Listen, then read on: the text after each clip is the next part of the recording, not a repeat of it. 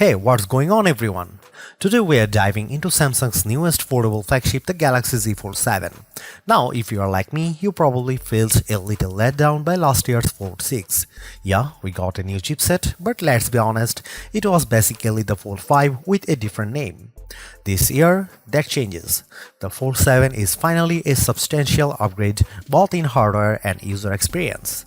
There are some real wins, a few trade-offs, and plenty to unpack. So let's get into it. Samsung's completely redesigned the chassis.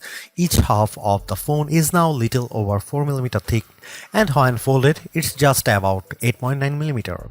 That's the thinnest fold they have ever made, and it really shows. The whole thing now weighs just 215 grams. To put that in perspective, it's actually lighter than the Galaxy S25 Ultra despite having two screens and a hinge in the middle.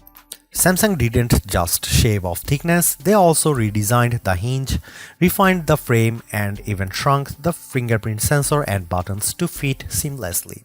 It feels way less bulky in the hand and far more like a premium slab phone when closed. For the first time, I could actually see this being my main everyday phone. Performance-wise, this thing is a beast.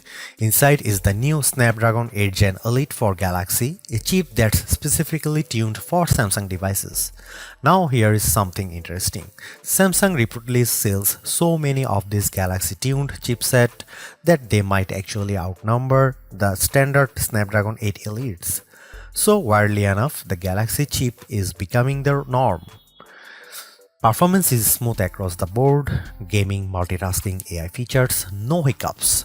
It comes with 12GB of RAM or 16GB if you spring for the 1TB storage version, which, let's be honest, you probably don't need unless you live in a CapCut or Adobe Rush. So let's talk about usability. When the fold is closed, it feels slim, comfortable, and functional. Typing one-handed, totally doable now. No more weird, narrow feel, they really got the ergonomic right this time. And when you unfold it, wow, it opens up to a stunning 8-inch display edge to edge. It's still the biggest screen you can get in your pocket, perfect for reading, editing, gaming, or watching movies. And now it's running One UI 8 on Android 16, which brings a ton of small but smart improvements for big screen multitasking, better split screen behavior, smoother drag and drop, even more responsive resizing. Samsung has clearly refined the dual identity experience, folded and unfolded, and that's a big win. Samsung's AI tools are baked in across the system. You have got a smart background removal in images, AI-powered transcription and summaries, and advanced photo editing tools that rival Pixel and iPhone. The best part, these tools are actually fast thanks to the new chip plus RAM combo.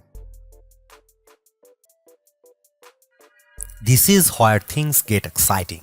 Samsung finally dropped a real flagship camera into the fold, the 200MP main sensor from the Galaxy S25 Ultra.